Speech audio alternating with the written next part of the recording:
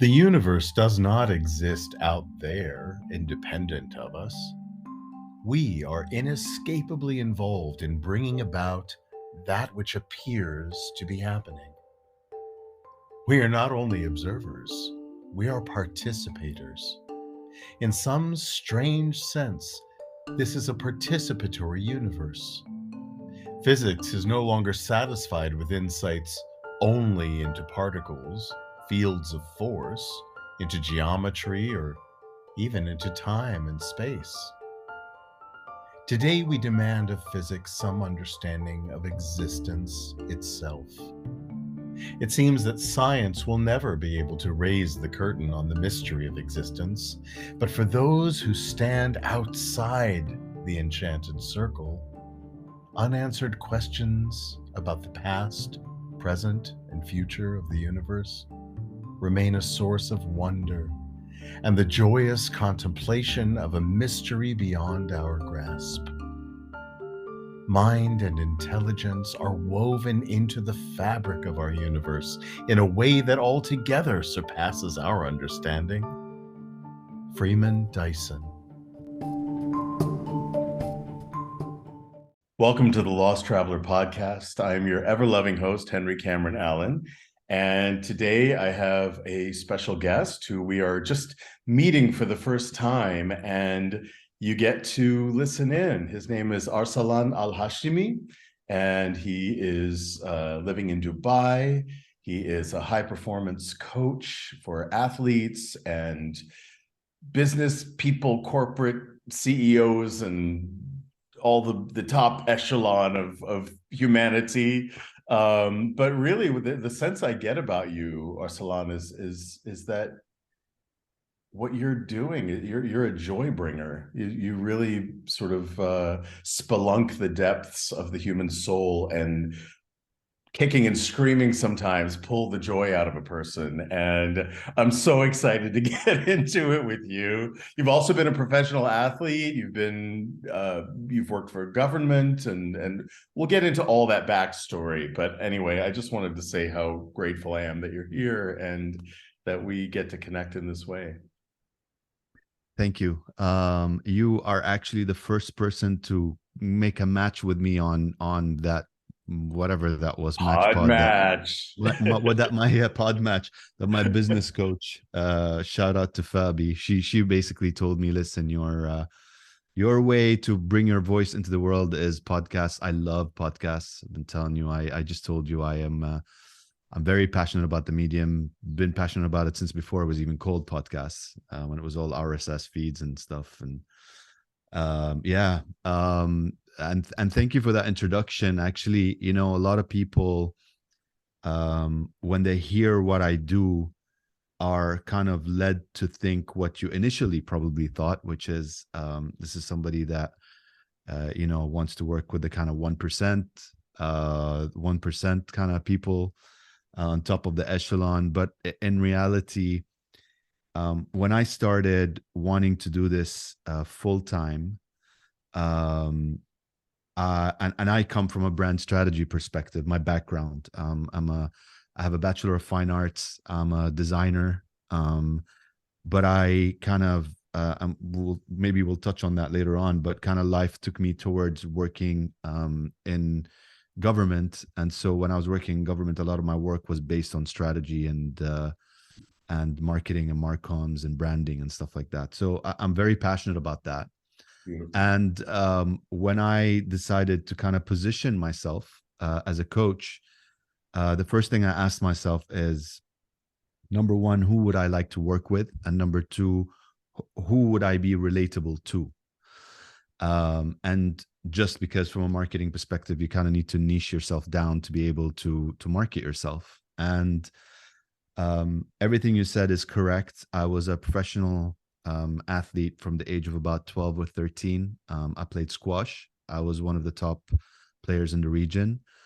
And then I kind of went to school in the States. And then I came back, and circumstances with family kind of guided me towards working in the government. Basically, I'm the youngest male, and my dad and my brother lost their jobs almost like within 3 months of each other, in a kind of detrimental way, which meant very quickly we realized that they're not going to be able to get a job anytime soon. So all the kind of fingers pointed at me, and they're like, Mr. Breadwinner, it's you now. I was just 20 years old. I was a hippie out of art school. All my dreams constituted of, like, creating art and living life kind of in flow, and so I started my career in the government, started in aviation and airports world, in ground handling. And for anybody that doesn't know what ground handling is, it's like the lowest denominator in an airport. You're literally the person that's sweating it out, slugging it out and stuff on the ground. And when you're talking about an airport in Abu Dhabi, in the United Arab Emirates, which gets on the tarmac, gets up to 65 degrees, 70 degrees Celsius in summers. These guys, they're hardworking people. So I started my career in the government there, on the ground, and very quickly, within 6 or 7 years, I was already on the privatization team in the government that privatized the airport from government to a private entity. And then I was in senior leadership positions in the airport and the corporate called Abu Dhabi Airports Company. And then very quickly, I moved to the Department of Transport, which is the regulator. And I was a senior advisor there to the chairman and the senior leadership. And that was by the age of 28, 29. So it was a crazy ride. Sometimes now I'm 45. I look back at that and I'm like, that went across as like a blink of an eye. Yet at the same time, when I sit and I remember all these things I went through, that kind of led me to do what I'm doing right now, was crazy at an early age. So the reason I'm saying all of this is because, like, afterwards, I kind of couldn't work for the government anymore because of certain regulations that came through, and started working for corporate. And I ran a multinational film production company, the number one corporate film production company in the world, actually, out of the UK, called the Edge Picture Company. Mm-hmm. I opened their business in Abu Dhabi and kind of ran their business in the region. And then my wife finished her PhD in California, and she came back and was like, you look a little stressed out. Why don't you take a break? So I took a break, or had the intention to take a break. And instead of taking a break, as in not do anything, I decided to start competing in triathlons and Ironman. Yeah. And after about 4 or 5 years of exclusively doing that, I kind of got diagnosed with some of the worst burnout symptoms, like adrenal fatigue, stage 3, and then all the symptoms that come out of that, mental health issues and physical issues, and that's what kind of started my journey into discovering myself and the unbelievable human capability to heal itself, and just empowering myself with that knowledge and that belief system, because knowledge alone is not enough. You gotta believe that knowledge. That's right. And so coming full circle to why I started this, when I sat down to think, who am I going to work with and who's going to relate to me, I had to kind of draw this image of the person I would enjoy working with and them be able to relate to me. And that was absolutely people that are performing at high levels. And that's for 2 reasons. The first reason is, as I said, I can relate to them, they can relate to me, and I'd enjoy working with that kind of profile because they are go-getters. They will work hard. I imagine. Yeah, they will work hard on themselves, and maybe I can channel into that competitiveness and kind of make them kind of compete with themselves, right?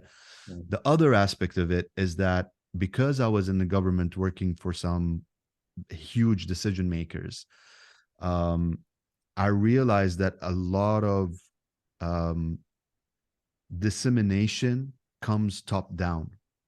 And so, as you said, I am at the core of what I'm doing. I just want to spread more joy in this world. Um, and that was kind of my initial spark of doing what I was doing. And I decided that if I'm able to convince the decision makers and leaders and people with a message to believe in what I have come to believe in, that I would be able to affect as much change as quickly as possible through that method.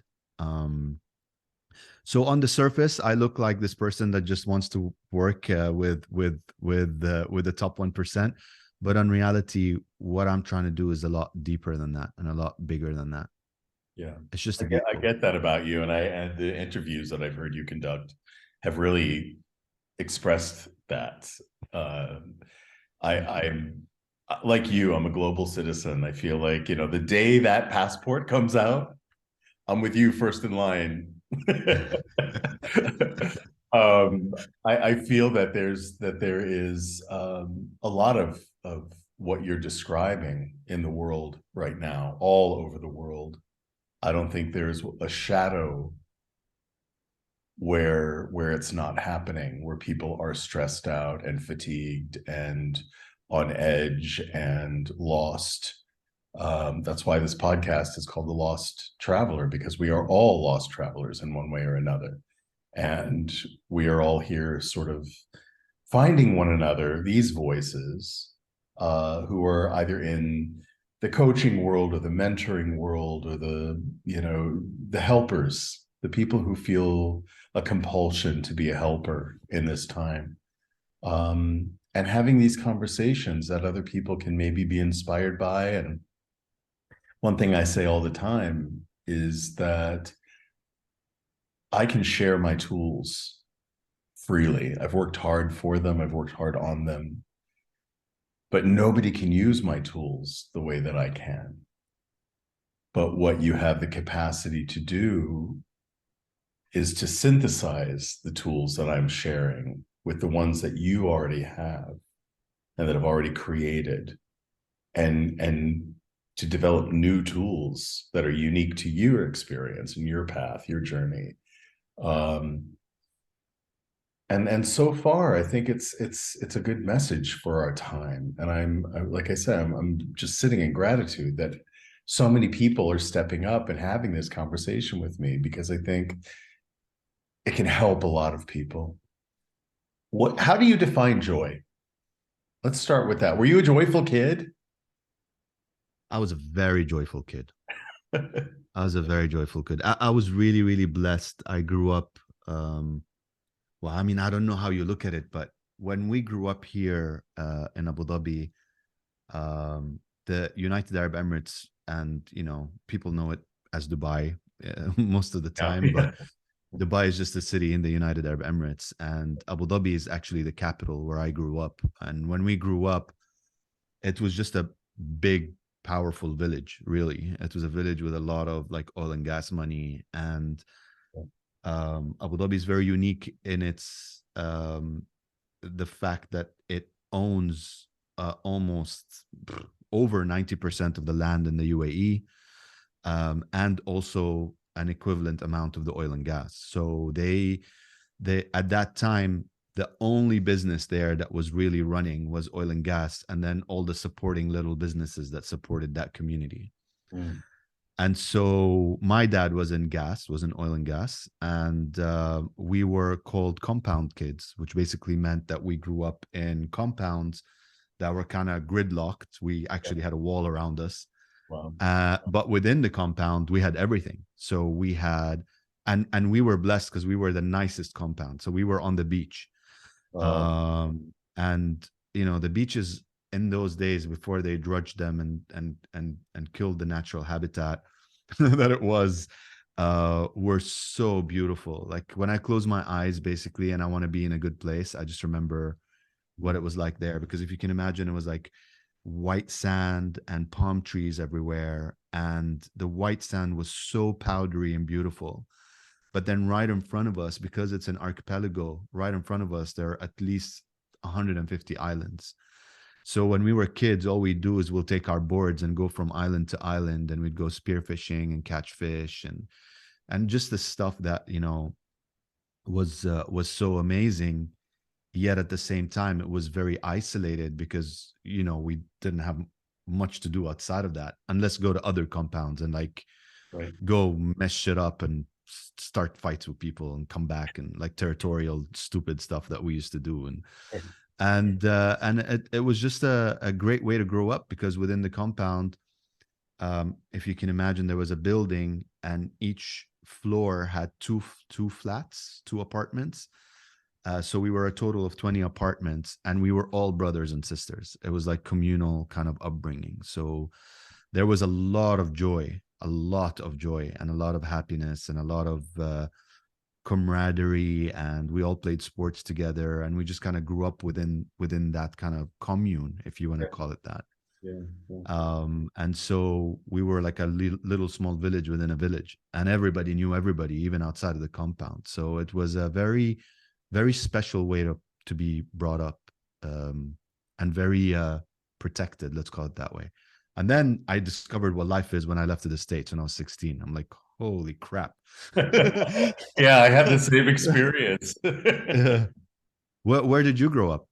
Well, my dad's first post was in Vienna, and then we were in Moscow during the Cold War, which was a very interesting time for Americans to be there.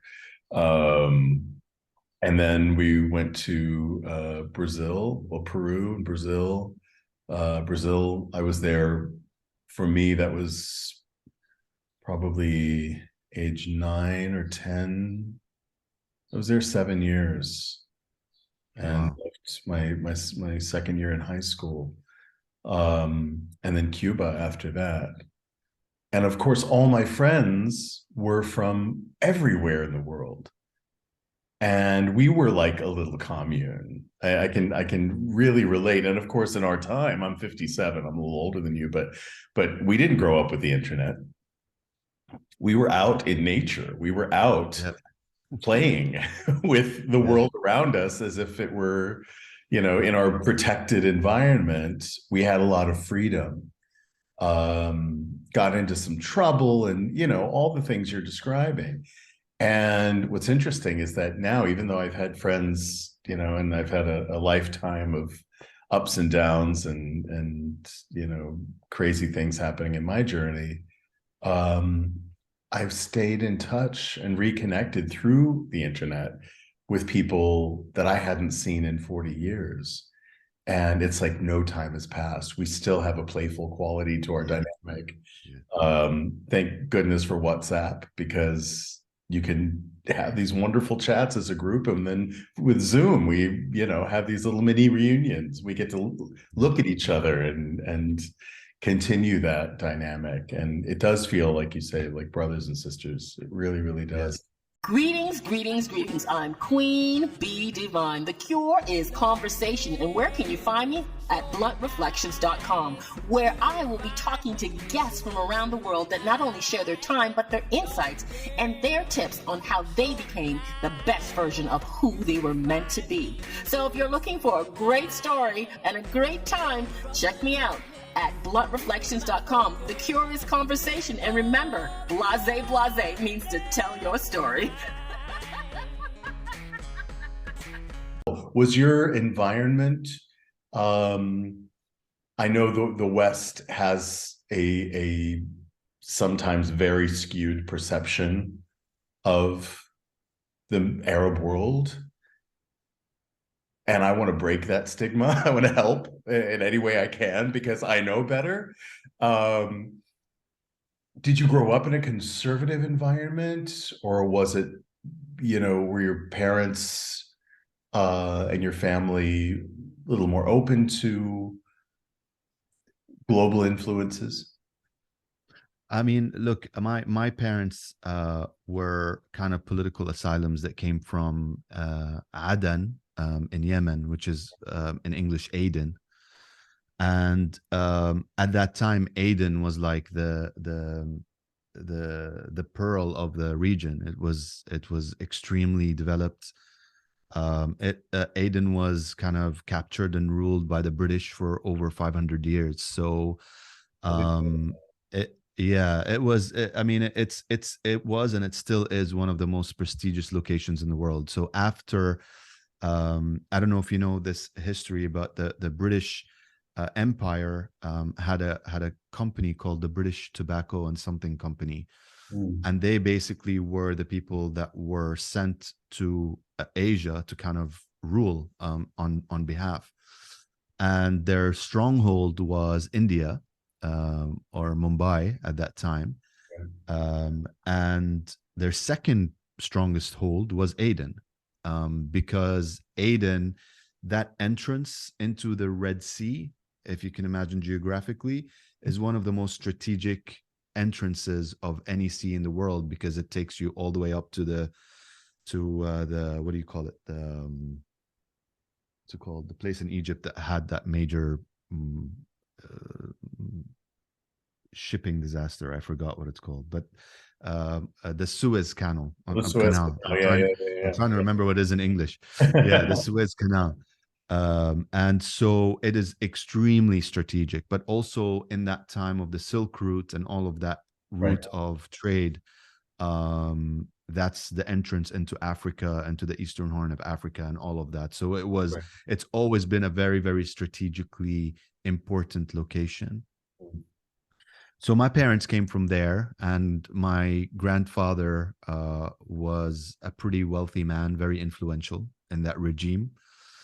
And so when my parents came here, they were actually a lot more open-minded than a lot of people here. A lot of the, like, would call Arabs in these days, with their views, with the way they were. I mean, I remember my parents having parties and drinking and having fun and all of that when I was a kid. Actually, my parents got very religious with time. After time, they started getting more and more strict. But that's not how it started. That's not how I was brought up. But to answer your question, in the UAE in particular, the way the country was set up by the founding father, they call him Sheikh Zayed, was of absolute acceptance of people. And so the rules and everything around that was as such. You respect the culture, and in return, you're allowed certain freedoms, right? As in cross-cultural kind of understanding. So harmony. There were, It was harmony. Yeah, absolutely. Many places it was harmonious. In this tiny little remote village where I am in Spain right now, I'm in a tiny village that was established in 1228. Wow. And there is a Muslim and Jewish sector of the village that people still go about that history, that before 1492, when everybody was expelled, this community lived in harmony with the Catholic Church was in the middle of the town, and today there are only 700 people in this little village. And unfortunately, was it also ruled by Muslims probably at that time? Well, beforehand, in the time of the Moors, but then the Catholic king and queen, the era of the Inquisition, where they were trying to convert everyone to Catholicism, and if you didn't convert, you were tortured, murdered, and expelled. And you can see the cultures that lived here in ancient times in the faces of the people today. Yes. And you know that their families converted under brutal conditions and by force, not out of a spiritual journey. I mean, look, Islam has a very unfortunately has had very bad rep, but in reality, when Islam came at the beginning and we had a powerful kind of existence, let's call it that way, a lot of these places that you talk about, and probably where you are right now, there was very peaceful coexistence. And on the contrary, actually, it was very encouraged, because for us, it is absolutely necessary to interact with other cultures. So unlike many religions, we were actually told that you should interact with other cultures and learn. And that's why Islam at that time had all of this like incredible I'm trying to find a word in English.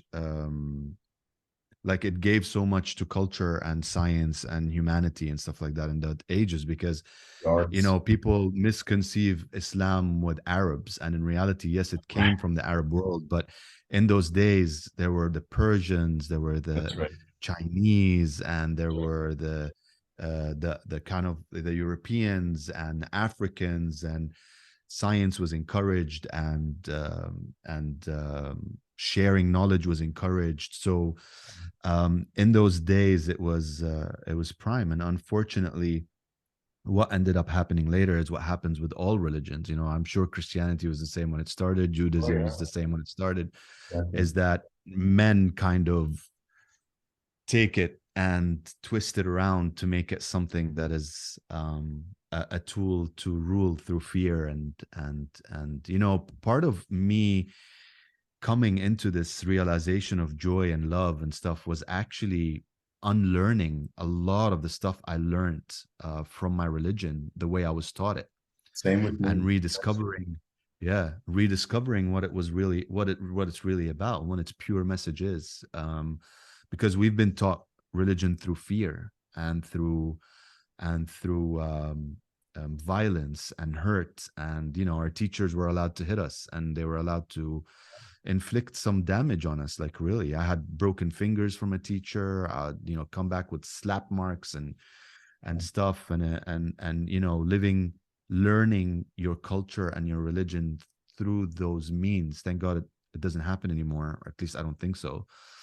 Can cause huge damage, and it could make you have a very skewed perception of the world. Are you familiar with the science of epigenetics? Yes. That's something comes up all the time in my conversations on the podcast. And the idea of our very genes and DNA carrying ancestral memory, that includes trauma. And I grew up around violence, perpetrated in my home even, and verbal and mental violence in school as well. And there was something, I don't know, somehow familiar about it. But until I started reading about epigenetics, I didn't quite understand where that familiarity came from and its influence on the world and my personal experience as a man and as a father. It's so layered.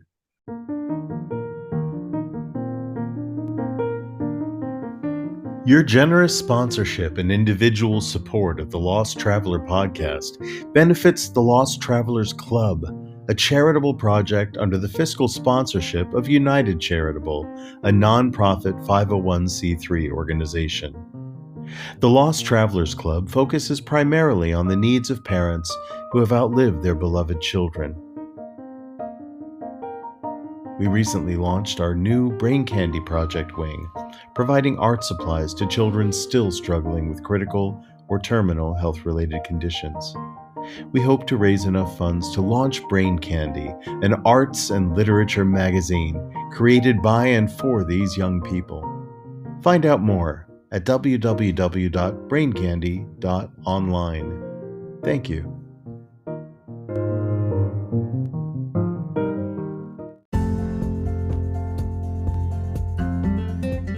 Balance, pain mitigation, range of motion, athletic performance, focus, memory, immune system support, and REM level of sleep. All this and more made possible affordably with no pharmaceuticals, no injections, or invasive treatments. Just socks, insoles, and patches made stronger with the tactile patterning of Vox Life products. Scientifically proven to work and guaranteed. Now in the USA, Canada, and the UK. Visit www.dianedinkmeyer.voxlife.com. That's Vox, VOXX, Life. You'll be glad you did. How do you, as a father, how old is you have one child? 4.5, 5 in May. Okay. Yeah, I have one daughter. I chose to have kids late. So yeah. Yeah. I wanted to party. I Hey, wanted to you gotta party get your first. wild oats out, you know? You I'm so gotta thankful. develop I'm some so wisdom. yeah, yeah. So some wisdom to impart on. No, I totally understand where you're coming from, and it's this concept of kind of living consciously, and a part of it is something I talk about all the time, and I'm really passionate about it, Yeah. is conscious parenting, because I mean, everything I do is all about living consciously, because I believe that once you live consciously, you're able to more and more make the unconscious conscious. And when you live your life with that kind of methodology, you start understanding how much the stuff you're talking about actually affects your perception of the world, right? Epigenetics, but the one thing that I really, really love talking about is also genealogy, because to me, epigenetics is something that could be in your body, and it's something that to a certain degree you don't have control of, unless you believe that you can switch on and off your kind of DNA and switch these things on and off depending on how you live your life. But if you think about it from a genealogy perspective, which basically means just the stories that are passed down through the bloodlines, right? That's something you can actually do about it in my world, because I'm a hypnotist and an NLP practitioner and timeline paradigm practitioner and so many other things. Got the voice. That's something that's something I can actually grab and work with. And I love it because, you know, it matches with this narrative of the stories that people tell themselves. At the end of the day, there's this constant story that's going on in the background, or accumulation of stories that you kind of picked up from somebody. And now it's scientifically proven that from the age of 0 till the age of 7, you're completely formed as a personality. And your foundation and is everything. It's like my grandmother used to say, parenting is like building a house. It's all about the foundation. Yeah. If you start with a weak foundation, that house is doomed to collapse in on itself one way or another. But if you start with a strong foundation, then the house could burn to the ground and you can build it up again. And you can always go back in and reinforce and fix. And it's very time consuming and very costly to do all that, but it is possible to reform your foundation. And I think I am expensive to anybody that's listening. It is costly to come fix your foundation with me. I take all the money that I earn from doing that and I put it into charity. So it's, you know, it's help yourself by helping other people, and help other people by helping yourself. That's beautiful. But I think that it's you know, it's important to talk about the foundation years as parents. I feel very grateful that during my son's short life, sadly, I lost him to brain cancer when he was 13. And I was a single father. He was my only child. So talk about a paradigm shift and existential crisis, and rebuilding my foundation. Because when that identity, that core of your identity, when you are a parent, is plucked out of the equation, you're left with the feeling of, well, who am I now if I'm no longer a parent?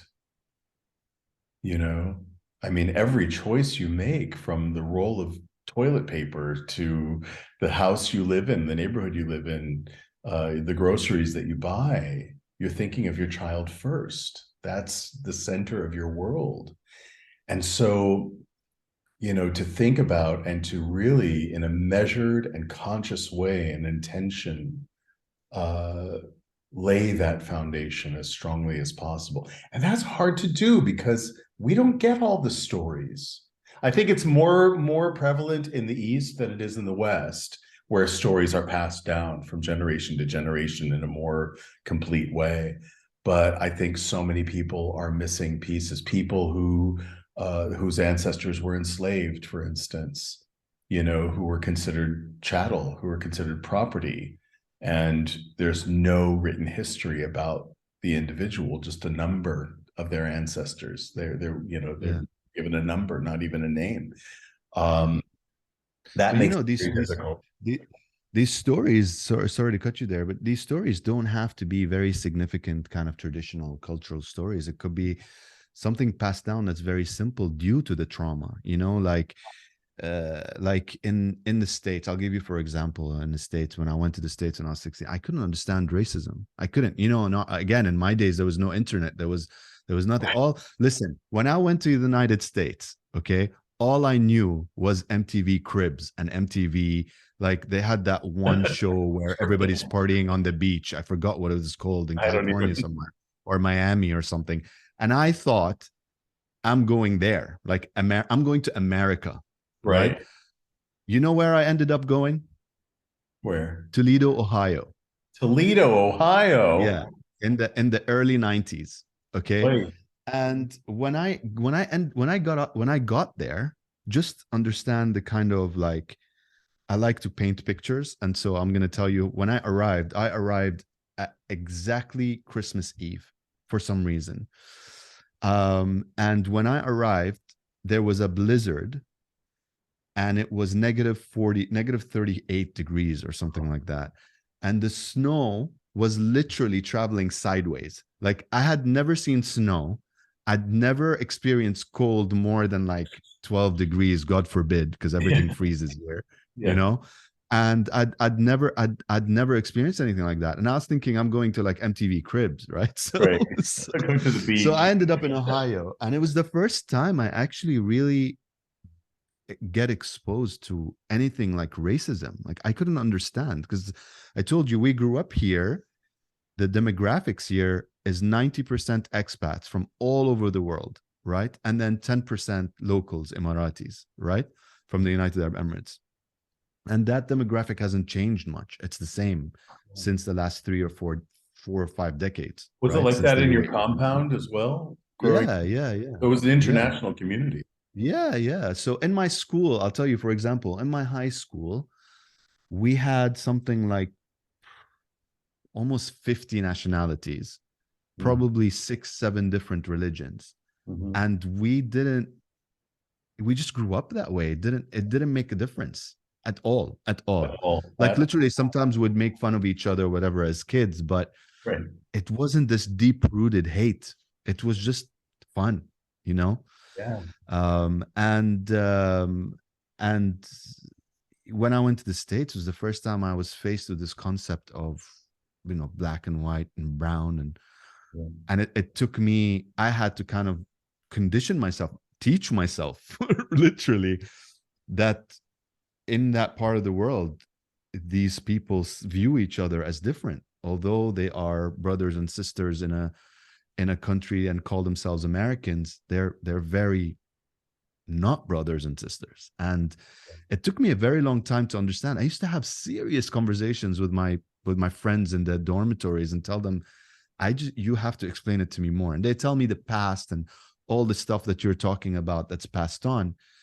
And now when I reflect on it, I realize it's just the stories they've been told. So, you're told a story that, Black people are a certain way, and it doesn't, when you're a child, it doesn't even need to be told to you as a story. It could be walking down the alley in a supermarket and your mom grabs you a little bit closer, and you're very intuitive when you're a child, and danger, mommy's looking at this person. Yeah. and she's scared, and therefore I need to be scared, and it Well, doesn't need to be even told as in audio. a This is what felt. direct teaching of it. Yeah, It's yeah. So also that's in films and television, the way that people yes, are depicted, the roles that they're cast in, who are the writers and the directors, even the producers, who is creating the art that's influencing the culture. And I think Hollywood has a lot to be accountable for. There needs to be, and I think it's starting a bit of a reckoning. I just yeah, I don't know. a little bit.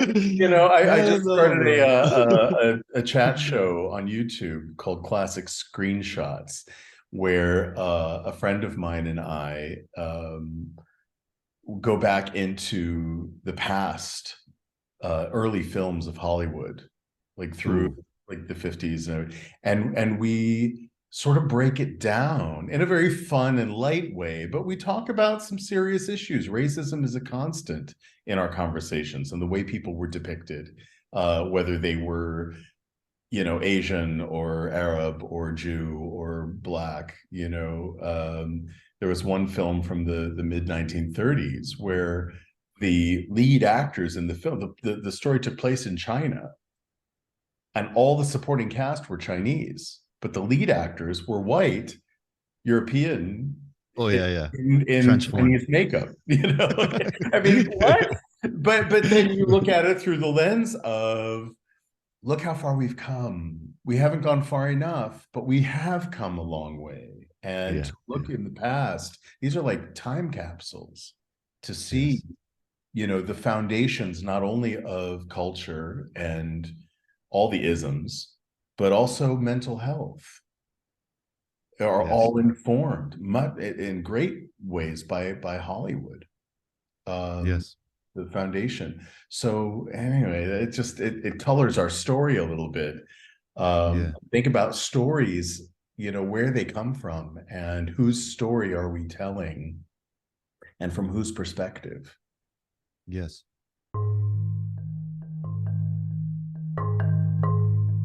Hey, are you like me, always looking for ways to make a positive impact in the world? Well, then join me in sponsoring Desire Childcare Organization. We are a legally incorporated, fully volunteer based organization in Uganda, committed to providing essential needs, holistic arts based education, and a safe family environment to 33 vulnerable children, ages 2 to 14. Your monthly sponsorship can help improve the lives of these kids toward a better future.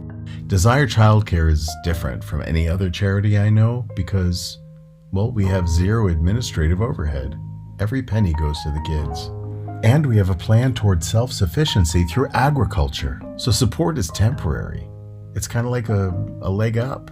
Visit desirechildcare.org to learn more and get involved.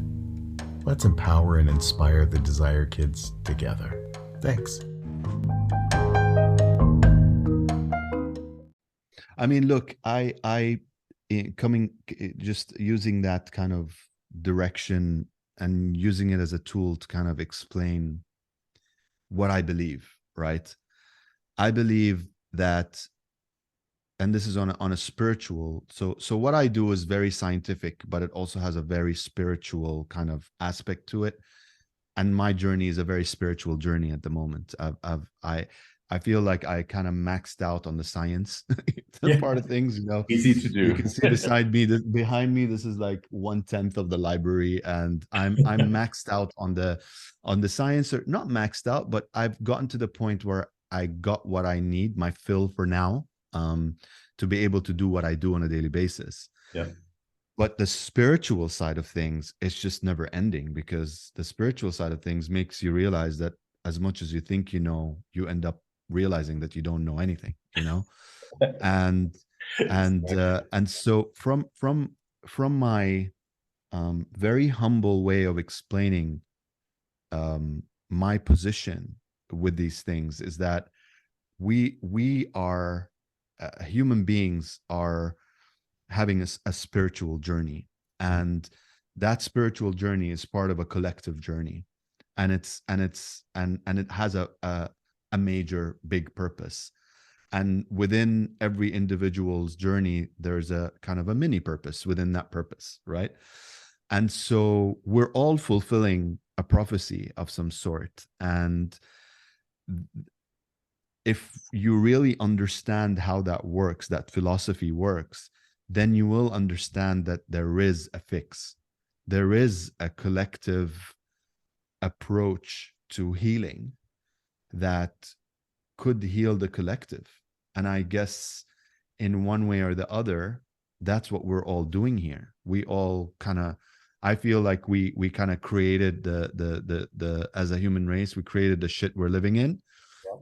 And now it's time to take out the brushes and kind of start cleaning up. And, you know, from all the current spiritual teachings that I receive from different people that I owe a lot to,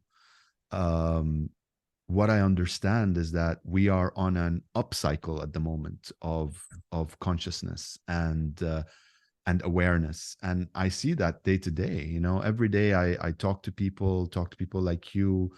I don't know if I'm manifesting that just because of my journey, but at the same time, you know, the people that come to me for help or guidance or whatever they need are very open to having this conversation all of a sudden. And I'm talking about people that are in like senior positions and leadership positions and stuff that once they walk in, you would have this preconceived notion of them not being open, them being very rigid, them being boxed in. You're right. Absolutely. Yeah. It's the conversation is changing. It's and very quickly. And I think a lot of the things that we're seeing around the world right now is just a manifestation of a big kind of like shakedown at the moment, that stuff needs to change. We're seeing it with environments. We're seeing it with unfortunately environmental tragedies like in Turkey and Syria and stuff like that. That's, you know, the earth is a living being. It's not just a stupid rock we're living on. You know, it interacts with our collective consciousness as human beings, and the whole universe does in that way. And people underestimate how powerful our position is as a human being, as an individual human being, with your thoughts, with your emotions, with your choices, with all of these things, vertebrate through the collective and causes shit to happen. Like, yeah. you can't underestimate your purpose as an individual. People, you know, sometimes come to me feeling like they're so diminished in their power, and so they undervalue themselves, and they don't understand like how powerful you are as a human being. That's right. And I find my role mostly in the early days, I used to define my role as somebody that empowers people, right? And it still is. I want to empower people to operate at their full capacity and understand that we are so much more than what we've been taught we are. Right. Yeah.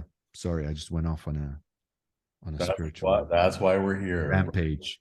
This is so important, you know, and you're right. And I don't know that we have the power to empower others, but we do have the power to give permission based on the wisdom that we've, you know, gleaned from our own individual journey. The power is in the individual and the choice that we make. You know, I see it as, I don't look at time and space as a horizontal continuum, but it's a pinpoint. And surrounding that pinpoint is an infinite peacock tail of possibility, right? And all you have to do is choose which direction you're going to go from your point in time and space right now to the next one. Nothing that has preceded this moment exists, and nothing exists yet from this moment forward.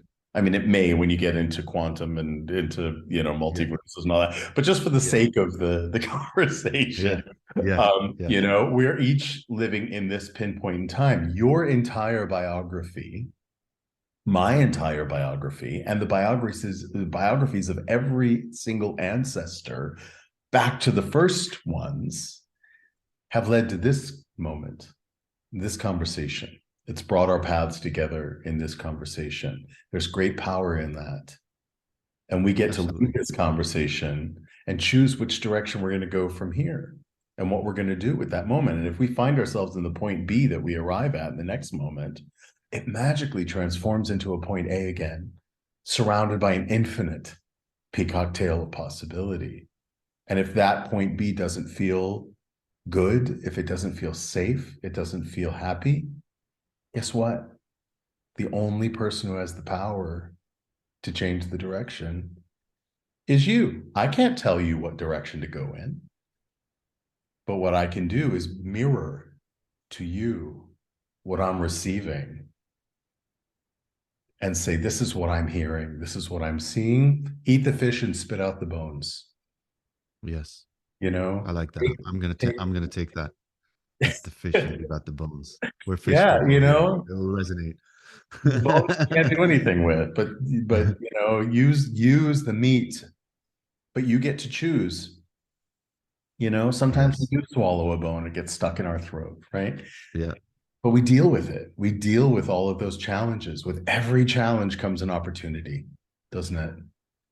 Yes. And that's for every single one of the 8 billion people on the planet, no matter where you're from, no matter what your cultural history, your background, your religion.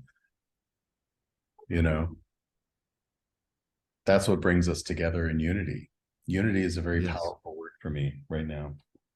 Yes. Yes. It should be to everyone. You know, when I speak about empowerment, I think we're absolutely on the same page.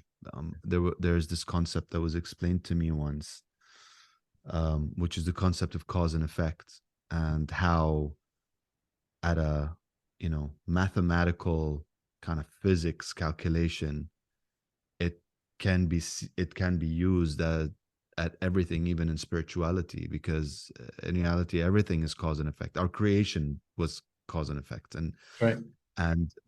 I see human empowerment as that, as empowering people to understand that most of the time when you are feeling a certain negative way about anything, that you are an effect and not in cause, which means that you are disempowering yourself by acting as a victim. Right. So, or choosing to act as a victim. And that, if you're the kind of person that wants to live in that story, God bless you, no judgment here. Right. But if you actually want to live a good quality life and be a good citizen of the world, of the collective, and contribute and find your purpose and understand joy and where that comes from, and what it is and the definition of it to you on a personal level, exactly. Love, gratitude, gratefulness, all of these beautiful energies that we should be operating at if we want to be in cause, if we want to be empowered to be the owners of our own ship, the sailing our own ship, not being led by winds and ebbs and flow, I guess, that don't and use that as an excuse to not be the fullest version of ourselves. Okay. And the best expression of our human existence. And when you are in cause, a beautiful thing happens, is that very quickly you start realizing that everything in life is happening for you, not to you as a victim, right? Okay. And then your relationship with what is good, unquote unquote, and what is bad all of a sudden changes, because the more and more you start living in that philosophy, the more you start realizing that even the worst thing that could happen to you, that you can imagine happening to you, and you're probably somebody that can really speak to that, can be your biggest teacher. And it's there for you for a reason. It's my measuring stick against every other challenge that comes across my path. if you can imagine the worst thing that's ever happened to you, right? And then you think, okay, well, what's the worst that can happen to me? Well, the worst that could happen to me has happened to me. Now what? Right? And I survived it.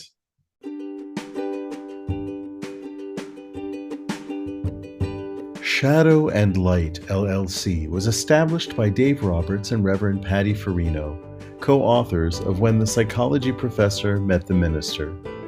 Their mission is to empower individuals to transcend life challenges by integrating spiritual practices with psychology to achieve peace. They are available for individualized spiritual counseling, virtual or in-person presentations and workshops to universities, organizations, and other interested groups, virtual or in-person book club meetings. For further information, go to psychologyprofessorandminister.com. Right, I want to tell you a story. About 9 years ago, 2014, I was invited by the United Nations to go and develop a workshop in Fiji for mostly indigenous Fijians. And it was a workshop in creative activism using folkloric theater as a vehicle toward positive change. Okay. I was going to say no. Okay. Why? That's one of the things where there's not even a thought for me. I'd be like, yes, and I'll think about everything later. Yeah, exactly.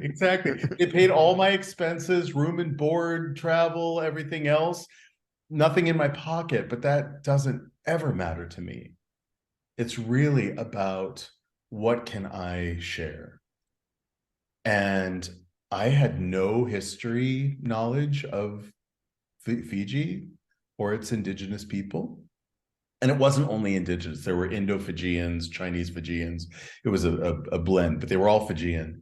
And they were 18 to 30 years old.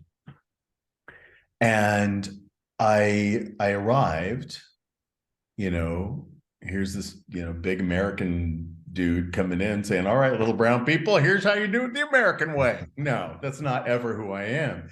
So I had to sit down and receive from them any little bits of information that could inform me in a universal human way of how to guide them in this process. And I said, tell me about your art. And they said, well, we love music, we love singing, and we've actually been thinking about creating a song, because they were moving from a long line of military dictatorship, coup after coup after coup, into the first democratic elections in over a generation. And the youth were just sort of at a loss for how to meet that. And that was the basis for the workshop. And I said, so are you, what's the song that you're writing? Well, there was a song in the 80s that we want to use. And so we're just sort of reconceiving the song, and they played the song for me.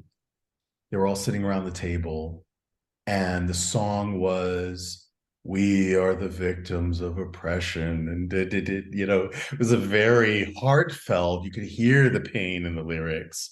And everybody was sitting around the table, their heads down, slumped, their posture was all, and very, sort of embracing their core in protection. And I said, stop the music. And I said that the word that keeps popping out in this song is victim. I said, what's the opposite of victim? Nobody could think of it. Yeah, hard. We sat there for, 5-8 minutes, total silence. They were pondering. You could hear the wheels starting to spin. And this one guy who was sitting next to me, huge, big mountain of a young man,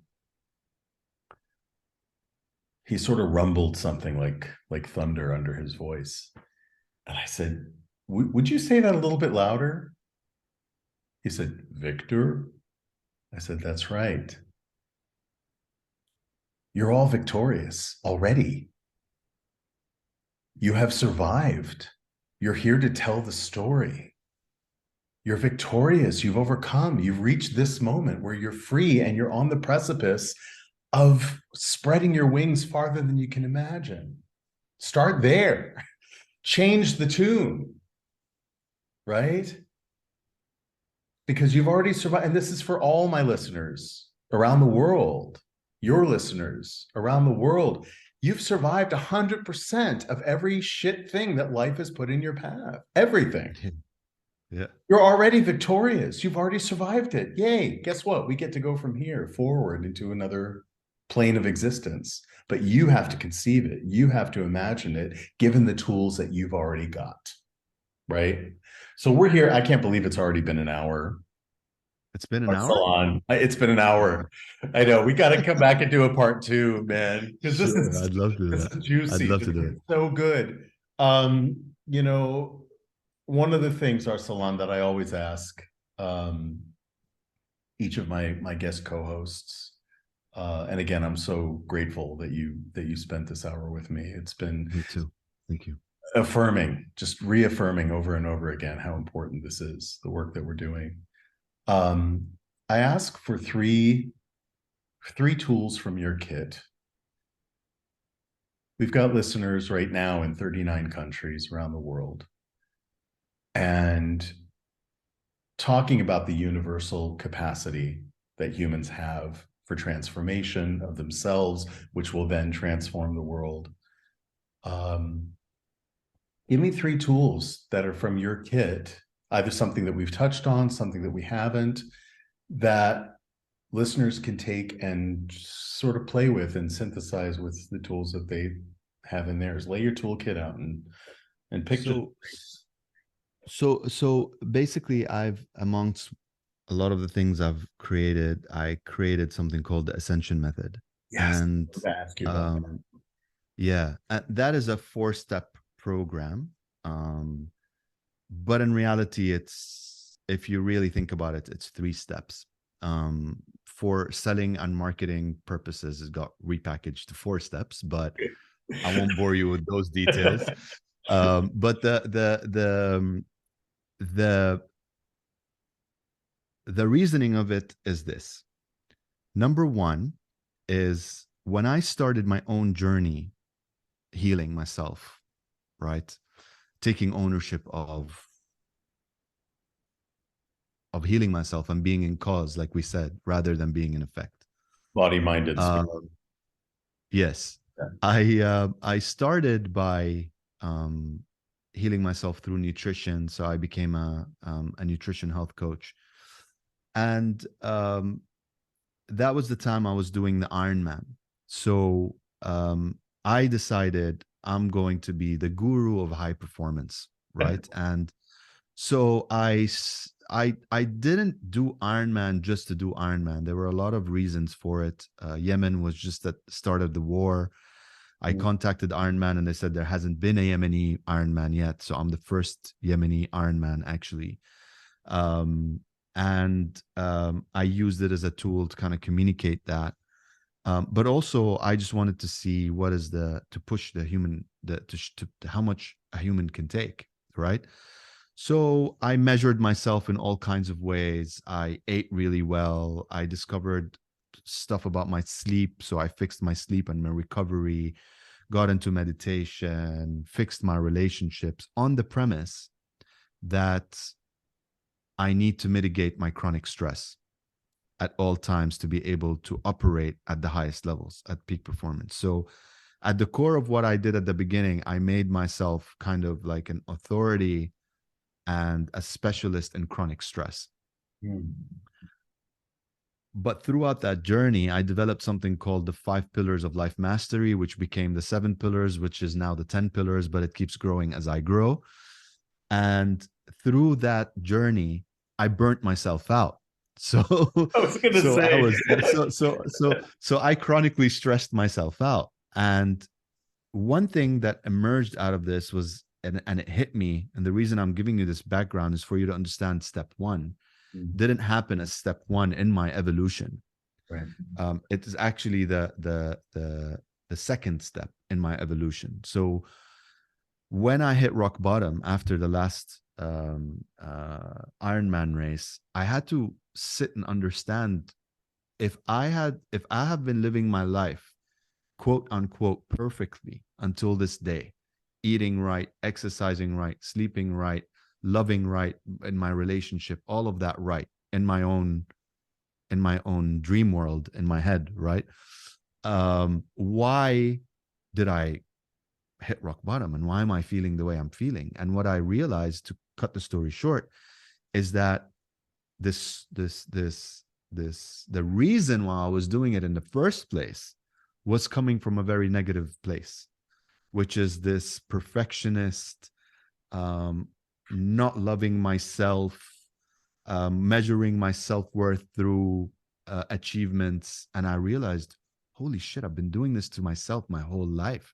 Yeah. From playing squash to school to university to government to corporate to all of these things that were massive ego kind of perspectives of life, and never really feeling like I got the reward I was promised and all of that stuff, which is basically happiness. Why do we do all of that? At the end of the day, it's our skewed perspective of getting joy.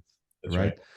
And so step number one got birthed, which is that in order for you to create change in yourself, you need to first understand why you're doing things at an unconscious, subconscious level.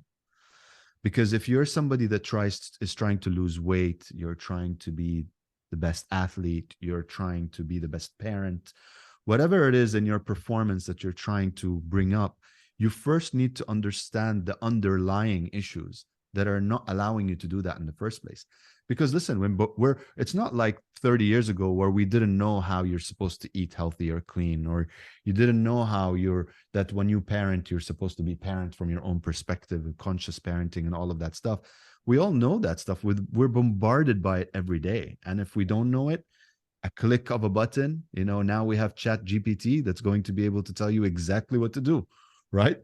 So we have the tools. As humanity, we created the tools to do that. But what's mostly important is, what are these unconscious, subconscious stories and programs that you've received as a child that are not allowing you to be the fullest expression of yourself? Because if you don't address that first, you're always going to go on this yo-yo effect of ups and downs and peaks and troughs of joy and disaster, and you know what I mean. So it's the foundation of the house. Yes, exactly. So it always goes back to that. So step one is to address that. A simple way to do it is, whenever you're feeling a certain negative emotion that is extremely heightened, you go back to the first thought. And you say, okay, because the thought leads to an emotion. And you say, what is that thought? What is that story that I've been told, or I told myself? A lot of people say that, although it's not you telling yourself, but I told myself, what is that thought that led me to think in such a negative way? Depressed, anxious, sad. That triggered me. Yeah. That triggered me, exactly. And then look at that trigger thought and examine it. And see how you feel about it. Because most of the time you're going to look at it and you're going to be like, I don't know if I relate to that anymore, if you're trying to actually change.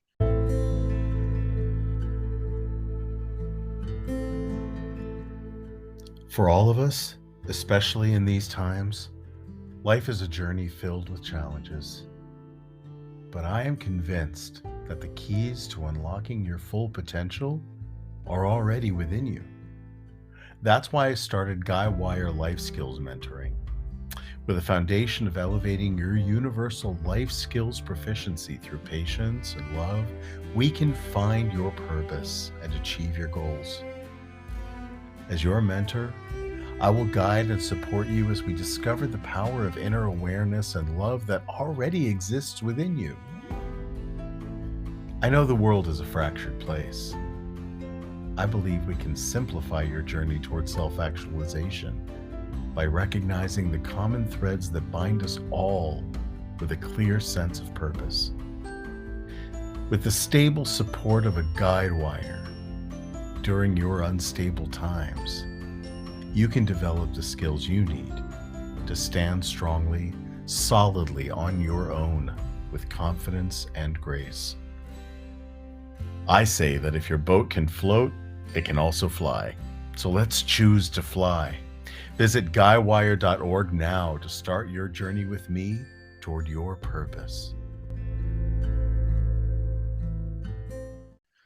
And then you have choices to make. I chose to become a hypnotist and NLP practitioner and all of that because I found ways to be able to reprogram that for people very quickly. Some people are comfortable doing that, and I would really advise you to go see somebody that is going to be able to help you, if not be aware of it, also to reprogram it into something positive. Yeah. So that's step one in the Ascension method. Basically, people work with me to discover and reprogram all of their unconscious and subconscious kind of programs. And that's how we begin the evolution of growth. The next step is based on the now 10 pillars of life mastery, which has basically been worked backwards from chronic stress. So what are the major 10 stressors in everybody's lives, and how can we mitigate them after we've released all the subconscious programming that is stopping them from working on these things? So some of it is nutrition, relationships, spirituality, sleep and recovery. There are 10 of them. You can find them on my website, or you can share them if you want. So then I advise everybody to kind of look at these 10 pillars. And then what I do is I give everybody an assessment out of 10. So you can do that yourself. You can look at every single pillar and give yourself a score out of 10. And then add it together, and it will give you a percentage. If it is the lower the percentage, the more chronically stressed you are, which means the less joy you're having in your life. So for me, chronic stress and joy are on polar opposite of the scale. Yeah. And that's just how I visualize it and see it. So in order for you to perform at the highest levels, you need to have joy in your life, in everything. Because if you don't, then it's going to affect your performance as a whole. So this tool, the 10 pillars of life mastery, will allow you very quickly to assess what are the things that you need to work on in your life. Most of the people that see me that are high performers usually are, 15 out of 10 in career and a few other things, but then they're really ignoring or not consciously taking care of a lot of the things that they come complaining to me about, which is their relationships, marriage, several marriages destroyed, or the marriage they're in destroyed, relationship with their kids is not really good, health problems, sleep problems, insomnia, things like that are associated with chronic stress, that are symptoms of chronic stress. Infertility, even, that's really big right now in the world.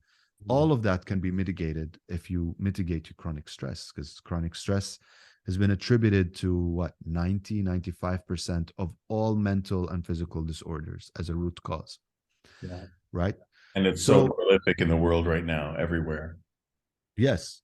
There was a number. I saw a number that came out of I think it was the American Stress Academy or something like that. I'm sorry, don't quote me on that. But I think the number I saw was something like between 80 and 90% of all humans on Earth right now are chronically stressed, just for the fact that we're living at the time we're living in, because of nutrition, because of the environment, because of the weather, because of the air quality, because of, the news and stuff. Okay, that's like compiling on the shit that we can't even control right now, like the stuff we can't control, which is like the environment and the air quality and its soil quality and all of that stuff that, we can't control that. And we're already very chronically stressed as it is. And then you take people that live in cities like Dubai or huge cities like that, and they're even more chronically stressed. So, it's that tool, the 10 pillars of life mastery, can seriously save your life. So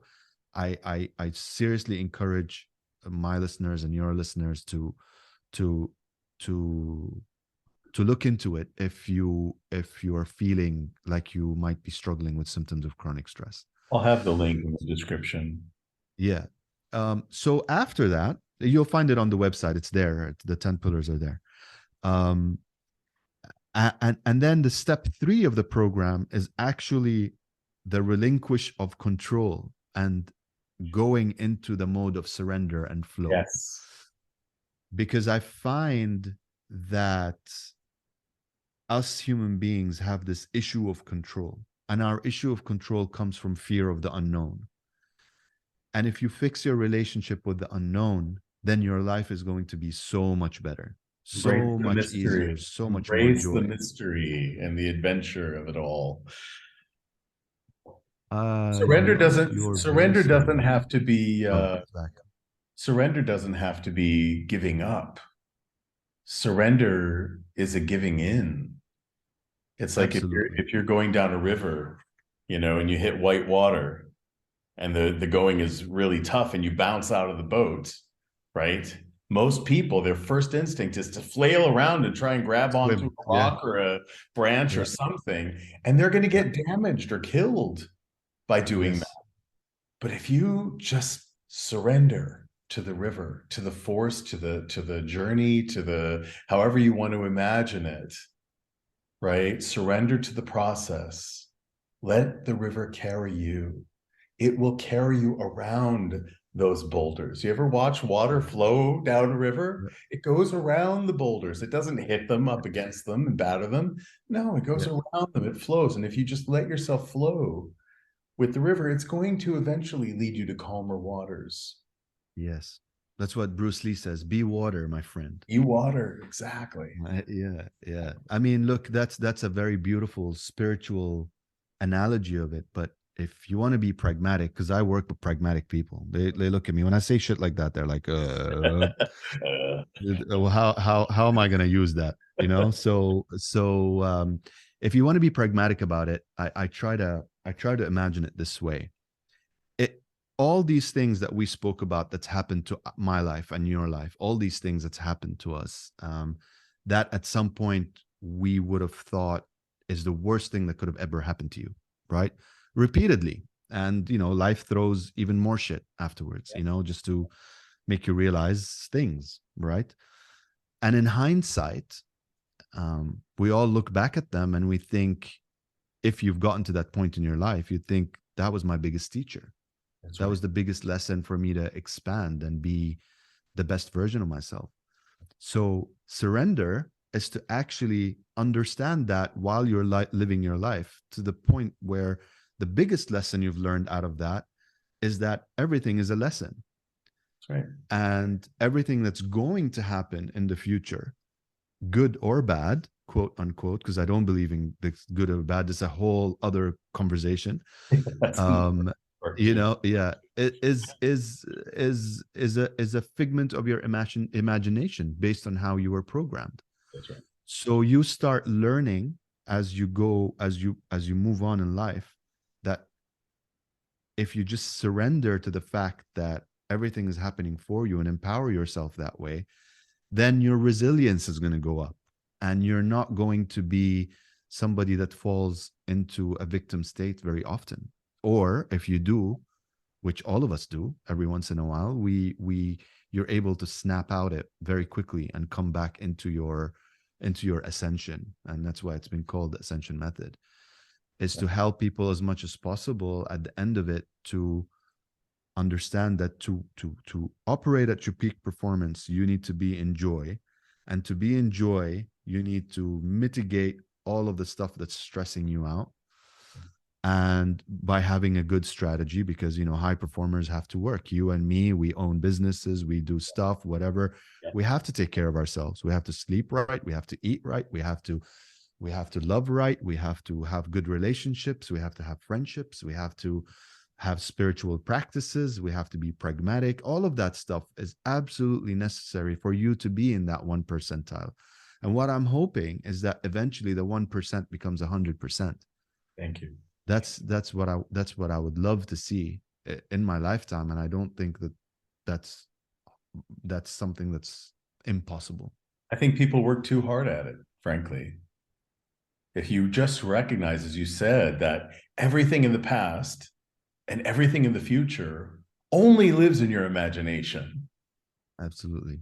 then you have the capacity already, because you were born, to create from the age of 3 years old. You have the capacity to create whole worlds in your imagination.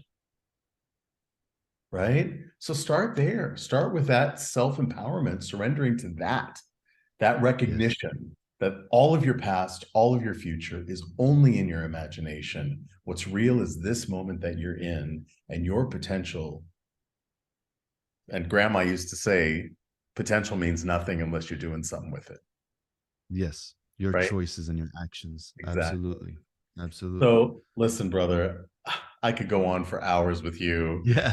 It's been a real treat, a real pleasure. I am deeply grateful for your time, your wisdom, your energy, your love, your heart, your family. And I am really excited to stay connected with you and Absolutely. find ways to keep this conversation going. We'll definitely come back for a part 2. Listeners, I will put all of Arsalan's information down in the description, so that you can link right to his website and find his 10 pillars and find his journey and be inspired the way that I am inspired today. Again, thank you so much for blessing me with your Thank you so much. I really am. I'm very honored to meet you, and I hope we can stay in touch. And to the listeners, this is an awesome podcast with beautiful energy. So Thank you. keep following. Thank you so much. I really appreciate it. Thanks for having me. Do you hear the drums? Nope. There's a parade. It's Carnival in Spain right now, and there's a parade of drums passing right by my door right now. So I'm right, look at the universe. The universe is sending you signals, bro. All the ancestors are rejoicing right now at our new friendship. We'll talk again soon. Alhamdulillah. Thank you, brother. Take care.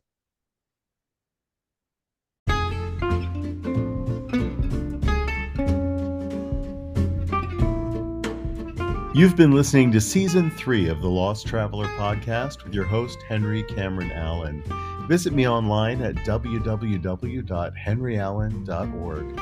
Thank you to all my guests, and thank you to my listeners all around the world. I couldn't do this without your support. Let's keep striving for a better world together.